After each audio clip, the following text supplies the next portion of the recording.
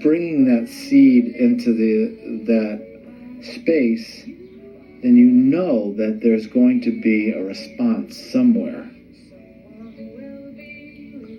And there'll be a watering and a nurturing, and the idea will grow.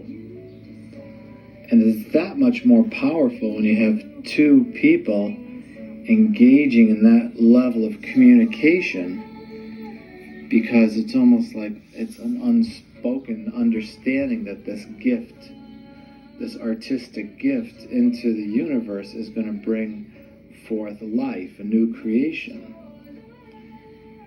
And that's why these laws that I'm speaking of apply spiritually and physically.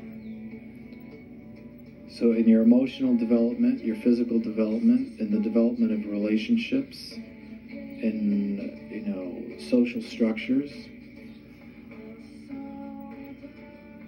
And when there's a fear for what you're bringing to the table or what you're bringing into the space, then the walls are created and there's no place for that to be received.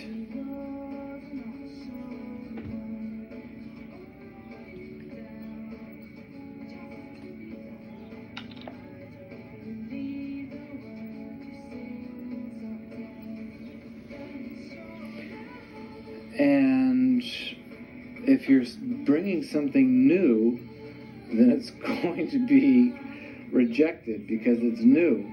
People are not all excited about new ideas unless it fits comfortably into their own ideas of what is good and profitable. And unfortunately, what is good and profitable for a lot of people has to do with the support of who they are and how they identify themselves. So if I'm all about aligning myself with others who are intolerant of anything except our own view, then I've defined myself as someone who's inflexible and impervious to the penetration of an idea that has been birthed from a source unknown.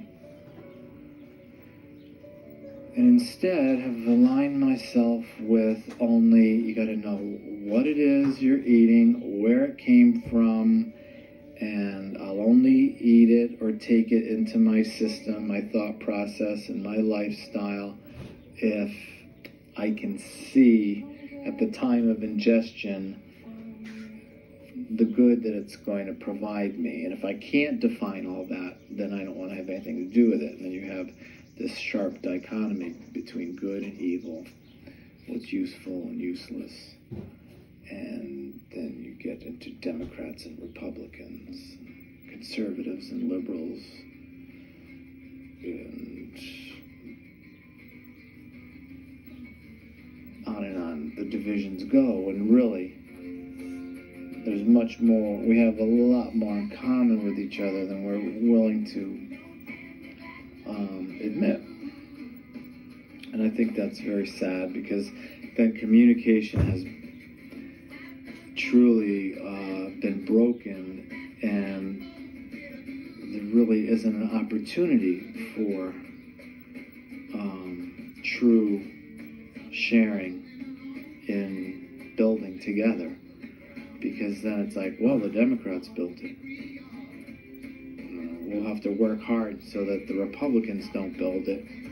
We want it to be the Democrats building this. And that's just a really sad, view.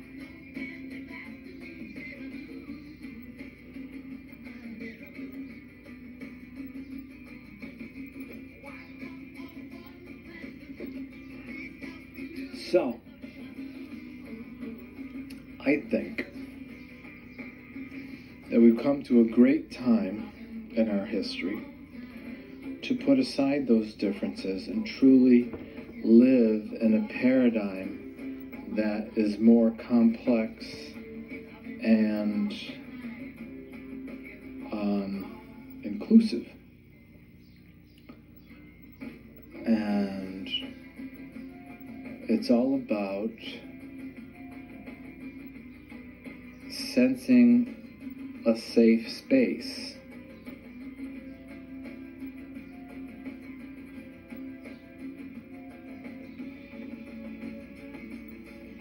And as long as that space is safe,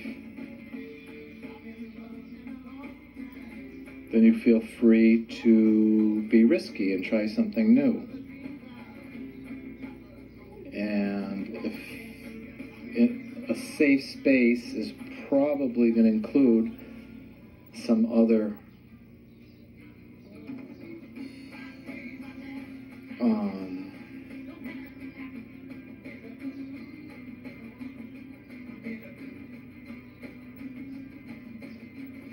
evidence that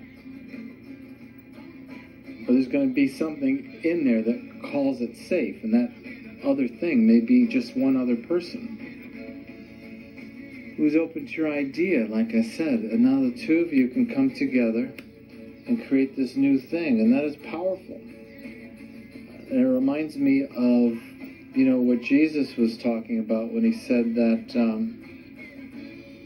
where two or more gather together in my name and agree on touching this one thing, it shall be done for them.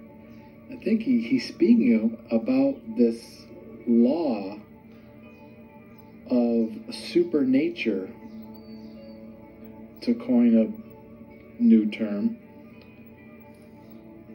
that when you have agreement, you have power. Simply that.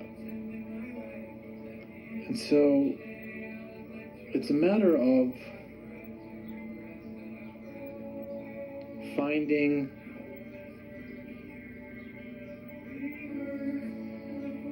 a receptive person and you being receptive to that person. And together you give and take in sort of this fluid way that's not predetermined or planned.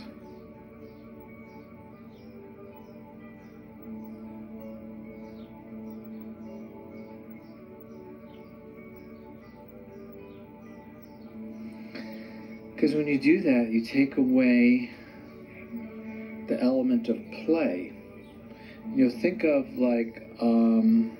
the reason why you don't want to, threaten the spirit of play is because that's where a lot of creativity can emerge in a atmosphere of expectation and non-expectation. And what I mean by that is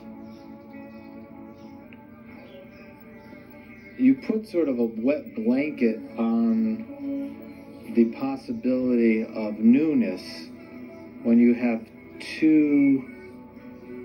when your expectations are delineated in too strong of a manner. By that I mean, well, I'm going to play with you with these trucks, but when we play, let's plan out how we're going to do this now. I'm going to be playing with this truck here, and you can play with that one over there. And I'm going to be going back and forth like this. And I might go over here a little bit. And so you can play with your truck, but you have to stay over there. Maybe you can go around in a circle if you want, but don't come over here because my truck is going to be going back and forth. All right, let's enjoy this now. See what I'm saying? What's playful about that? An element of play that is essential is the lack of expectation, as well as the expectation of it to be good and fun and being a place where a new idea emerges simply because there's no expectation.